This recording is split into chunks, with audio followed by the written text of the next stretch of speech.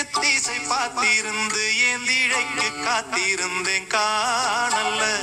மணி 7 8 ஆன பின்னும் ஊரடங்கி போன பின்னும் சோறு தண்ணி வேணும்னு தோணல்ல. என் தெம்மாங்கு பாட்ட கேட்டு தெங்காத்து ஓடி வந்து சூதாக போக வேணும் அக்கறையில.